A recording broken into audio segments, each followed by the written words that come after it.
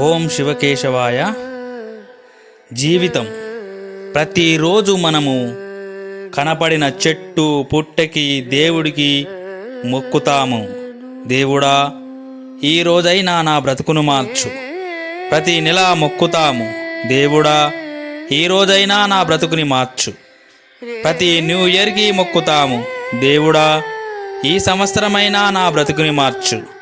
Life, జీవితం ఎంతో అందమైనది, అమేజింగ్. పొద్దున లేవగానే సూర్యదేవుణ్ణి చూస్తాము. ఆ వెలుతురులో మన ముఖము ప్రకాశిస్తుంది.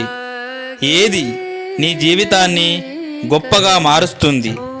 ఏది నీ జీవితాన్ని అందంగా మారుస్తుంది? జీవితం అందమైనది అంటారు. కారణం, నీవు ఏ సంపద కలిగి ఉన్నావో, ఏ సమస్యలను ఎదుర్కొంటున్నావో, అయినా జీవితం అందమైనది. జీవితంలో ప్రవహించే భాగాలు ఎన్నో ఉంటాయి. అందుకనే ఎల్లప్పుడూ లైఫ్ అనేది అందమైనది. ప్రతిరోజు కొత్త రోజు, కొత్త అవకాశాన్ని తెస్తుంది. బహుశా కొంతమందికి ఇవి లేకపోవచ్చు. ఇంత అందమైన జీవితం నీకు ఇవ్వబడింది. ఎందుకు? తాత్కాలికంగా మొండి పట్టులు పడుతూ, అందరిపై అరుస్తూ, వాడు మంచివాడు కాదు, వీడు మంచివాడు కాదు, వాడికి చెడ్డ గుణం ఉంది, ఇలా అంటూ నీ సమయాన్ని వృధా చేసుకోవడానికా? కాదు. నీ జీవితానికి ఎంతో అర్థం ఉంది. అది నీవు ఊహించలేనంతగా. చాలామంది జీవితాన్ని ఏదో గడుపుతున్నామని గడిపేస్తారు. దానికి బదులు ఈ జీవితం నాకు ఇచ్చిన గొప్ప అవకాశం అని గుర్తించలేకపోతున్నారు.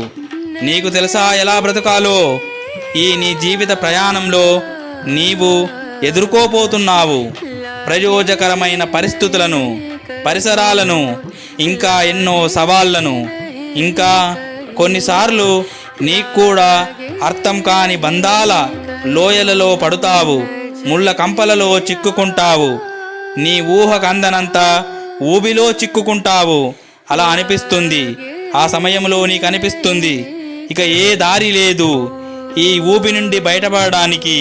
నాకు వద్దు ఈ జీవితం, ఇక నా జీవితాన్ని ప్రేమించలేను. ఇలా అనుకుంటావా? అది సిగ్గుచేటు. ఎందుకంటే నీ జీవితం అందమైనది. ఒక్కసారి భగవద్గీతను తలుచుకో. శ్రీకృష్ణ భగవానుడు అంటున్నాడు, అపిచేదసి పాపేభ్యః సర్వేభ్య పాపకృత్తమః సర్వం జ్ఞానప్లవేనైవ రుజినం సంతరిష్యసి.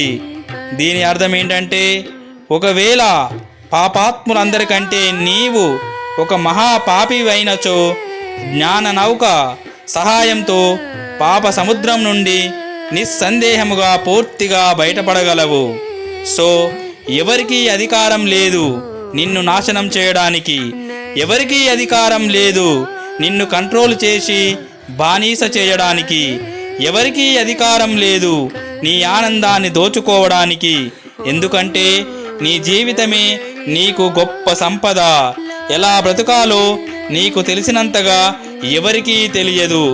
జ్ఞాన నౌక అంటే నీపై నీకు ఆత్మవిశ్వాసం. నేను వీరుడుగానే పుట్టాను, వీరుడుగానే బ్రతుకుతాను, వీరుడుగానే వెళ్ళిపోతాను.